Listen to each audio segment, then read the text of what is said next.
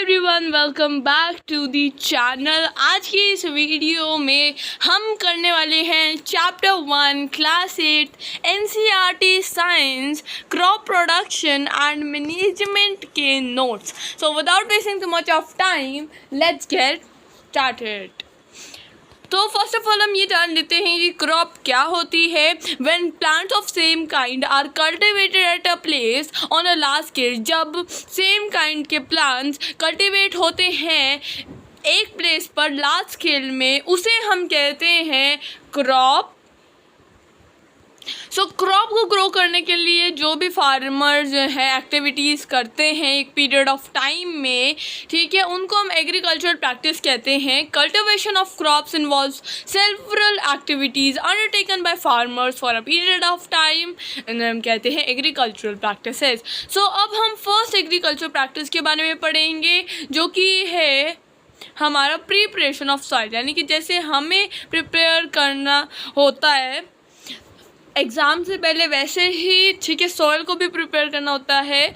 और इसमें जो प्रोसेसेस आती हैं वो आती हैं tiling and ploughing, the process of loosening and turning the soil. जब हम सॉइल को लूज़ करते हैं और उसे टर्न करते हैं, उसे हम टाइलिंग और प्लॉइंग कहते हैं। ये हेल्प करती है एरिएशन में। एरिएशन का मतलब है कि अगर वो लूज़ हो जाएगा तो वो पोरस हो जाएगा, ठीक है, पोरस होएगा, ठीक है, तो उसमें एयर अच्छे से पास होएगी, जिससे हमारी रूट्स को जो है हमारा एयर अच्छे से मिलेगी, सप्लाई ऑफ एयर जो है हमारी अच्छे से हो जाएगी। रूट पेंट्रेशन यानी रूट लॉन्ग चली जाएगी, नीचे चली जाएगी हमारी लॉन्ग।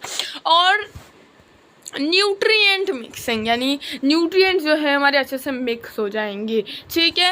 अब हम इसके टूल्स जानने वाले हैं। ऑब्वियसली कुछ टूल्स का यूज़ किया जाता है ये टाइलिंग और प्लॉइंग करने के लिए। सो देखते हैं वो टूल्स कौन कौन से हैं। पहला है cultivator, which is modern type of tool, जिसमें क्या होता है ट्रैक्टर के पीछे कल्टीवेटर लग जाता है और वो लूजन करता चला जाता है। Next is our plough.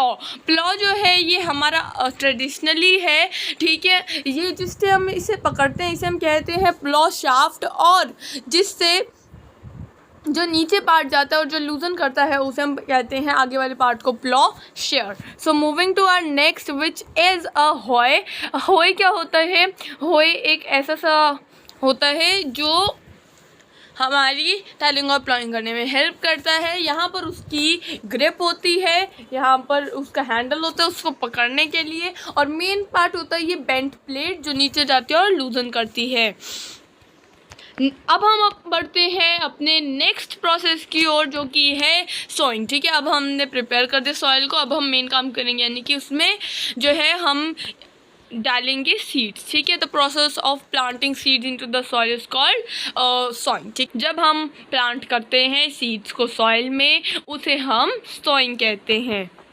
So moving to our next which is tools. क्या टूल्स यूज़ होते हैं इसमें भी? देखो फनल शेप्ड टूल एक यूज़ होता है, जिसके अंदर से क्या होता है यहाँ पर नीचे जो है यहाँ पर ये होल बना देता है, ठीक है, और उस होल के अंदर हम ऊपर से सीड्स डालते रहते हैं और वो अंदर से फिक्स होते रहते हैं, ठीक है। और ये रन होता है बुल्लक से, बफेलो से, ठीक है, या फिर काउ से जो है ये रन होता है। Next is our modernize tool which is seed drill, ठीक है। सीड ड्रिल जो है हमारे ट्रैक्टर की हेल्प से किया जाता है, और इस तरह से जैसे आप देख सकते हो ये हमारा एक सीड ड्रिल है। और ये इसका ना फ़ायदा क्या होता है बेसिकली यूज़ करने का, कि ये ना एक प्रॉपर डिस्टेंस और डेप्थ पे जो है हमारे सीड्स को सॉर्स करता है, ठीक है। Next process is our adding manure and fertilizers. Manure और फर्टिलाइजर्स को ऐड करना, ठीक है, जिससे क्या होता है, जिससे हमारा जो सॉइल है वो न्यूट्रिशियस बन जाता है और हमारा बेसिकली जो क्रॉप है वो बहुत ज़्यादा अच्छी होती है। सो मेन्योर क्या होता है? मेन्योर यानी कि ऑर्गेनिक मैटर जो इम्प्रूव करता है सॉइल की फर्टिलिटी। ऐसा ऑर्गेनिक मैटर जो हमारा इम्प्रूव करता है सॉइल की फर्टिलिटी, ठीक है। Decomposition of plants, animals etcetera से हमें ये प्राप्त होता है। Next is fertilisers. फर्टिलाइजर्स क्या होते हैं? ऐसे केमिकल सब्सटेंसेस जो सेम काम करते हैं, न्यूट्रिएंट्स डालते हैं, लेकिन वो प्रोवाइड करते हैं स्पेसिफिक न्यूट्रिएंट्स हाई अमाउंट्स में हमारे प्लांट्स को, ठीक है। So next is our examples of fertilizers which nitrates are urea, potash and NPK। ठीक है, तो ये एग्जाम्पल्स आपसे पूछे जा सकते हैं। ठीक है, अब moving to our next process which is irrigation.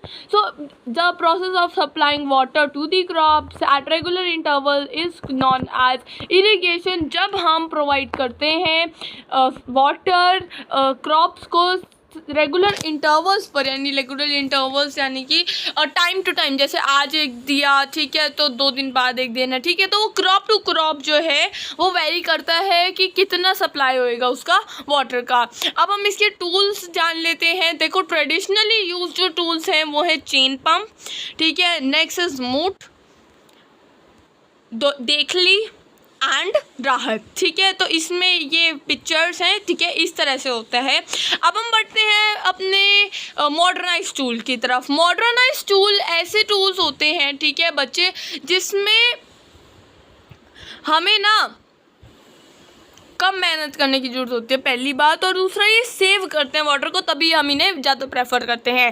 तो स्प्रिंकलर सिस्टम में क्या होता है, ये नोडल्स होती हैं, ठीक है, और ये ना नोजल्स होती हैं, और उनके नोडल्स होते हैं, पाइप्स होते हैं, जिनके बीच ऊपर नोडल्स होती हैं, और वो स्प्रेड करती हैं वाटर, स्प्रिंकल करते हैं वाटर बेसिकली। ठीक है, तो एक लग जाता है तो काफ़ी बड़े एरिया तक जो है वो स्प्रिंकल कर देता है, जिससे हमारे जो है क्रॉप्स को पानी भी मिल जाता है और हमारा सेव भी हो जाता है वाटर। नेक्स्ट इज हमारा ड्रिप सिस्टम। ड्रिप सिस्टम में क्या होता है, ड्रिप से हमारा वर्ड आता है ड्रॉप। ठीक है, ड्रॉप सिस्टम में क्या होता है, ठीक है, ड्रॉप सिस्टम में हमारा कुछ ये होता है कि हमारे यहाँ पर ये पाइप्स होती हैं, इनमें छेद होते हैं और वो सप्लाई करते हैं, ड्रॉप बाय ड्रॉप जो है वाटर सप्लाई करते हैं, और हर एक प्लांट की जस्ट रूट के नीचे इन्हें इम्प्लीमेंट किया जाता है, जिससे हमारे जो ये क्रॉप्स हैं उनके रूट्स को मिले और किसी को ना मिले, और आसपास के एरिया में ज़्यादा ना फैले, जिससे ये जो है हमारा सेव हो जाता है water. So let's moving to our next process, protection from weeds. जब वीड्स क्या होते हैं, अनडिज़ायरेबल प्लांट्स जो हमारे क्रॉप के साथ जो है ग्रो कर जाते हैं, ठीक है, और उनके न्यूट्रिएंट्स के लिए उनको कंपटीशन करते हैं कि हमें भी दो, ठीक है, हम उनके लिए जो मैन्योर करते हैं, फर्टिलाइजर्स करते हैं, इतनी मेहनत करते हैं, तो वो कहते हैं कि हमें भी चाहिए ये सब, ठीक है, और वो ये कम्पीट करते हैं क्रॉप के साथ, हमारे जो मेन प्लांट है उसके साथ, और ये एक्सट्रीमली हमें अनडिज़ायरेबल होते हैं। ठीक है, तो वीडिंग क्या होती है, the process of removal of weeds, यानी कि जब हम वीड्स को रिमूव कर देते हैं, ठीक है, उनको हम कहते हैं वीडिंग। अब हम इसके भी टूल्स जान लेते हैं। इसके टूल्स, ट्रेडिशनल टूल जो है ये खुरपी है, और हमारा मॉडर्नाइज टूल है वीडीसाइड। ठीक है, वीडीसाइड्स हम सिंपली एक बॉटल होती है उससे हम स्प्रे कर देते हैं, जिससे वीड्स जो है इन्फेक्टेड हो गए या पॉइजन कुछ उसमें ऐसा होता है, और वो हमारे जो है मर जाते हैं। ये इफेक्ट नहीं करते हैं हमारे क्रॉप्स को, थोड़ा बहुत कर दे, लेकिन इतना इफेक्ट सिर्फ ये स्पेसिफिकली जो है ये हमारे वीड्स के लिए ही बने होते हैं। और next process is harvesting, the process of cutting the mature crops. अब हमारा सब कुछ हो चुका है, हम कट करेंगे और उसकी कटिंग की प्रोसेस को हम हार्वेस्टिंग करते हैं। ट्रैशिंग, अब हमारे इसमें भी 2 प्रोसेसेस आती हैं, ट्रैशिंग एंड विनोइंग। ठीक है, अब ट्रैशिंग क्या होता है, ट्रैशिंग होता है the process of removal of grains. अब हमने कट किया क्रॉप्स को, ठीक है, कट किया तो ग्रेन्स के ऊपर ना एक कवरिंग होती है जिसको हम चाफ कहते हैं।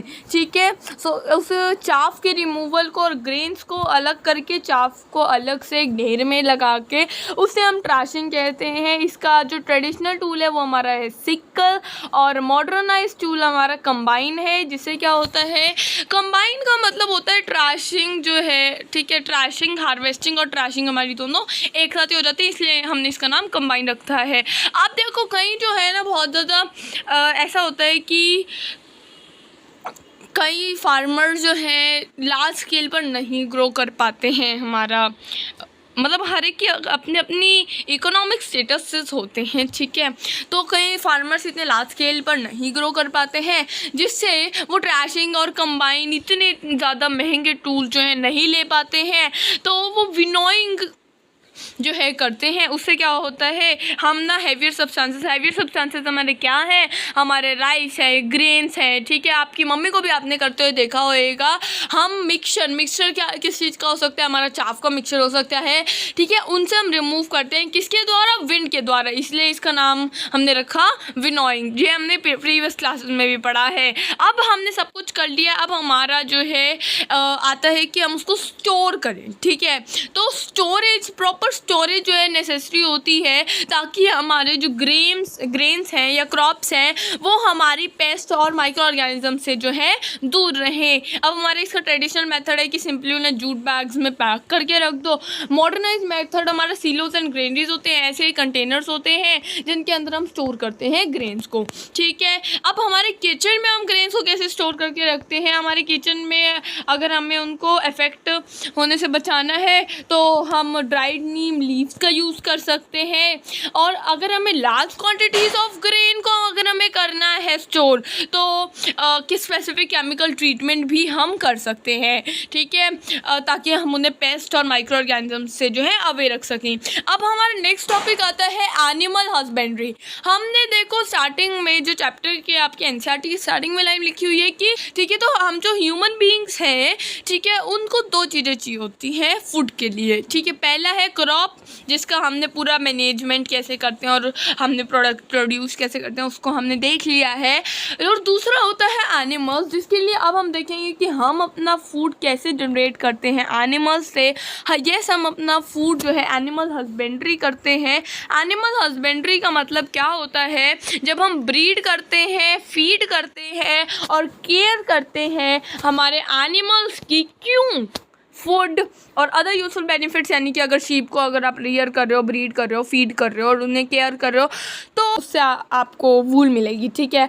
अगर आप काऊ को कर रहे हो तो उससे आपको दूध मिलेगा, ठीक है। फूड के लिए तो करते ही करते हैं हम, जो अदर यूजफुल पर्पसेस पर भी करते हैं एक लार्ज स्केल पर, ठीक है, एक लार्ज स्केल पर, बहुत बड़े स्केल पर।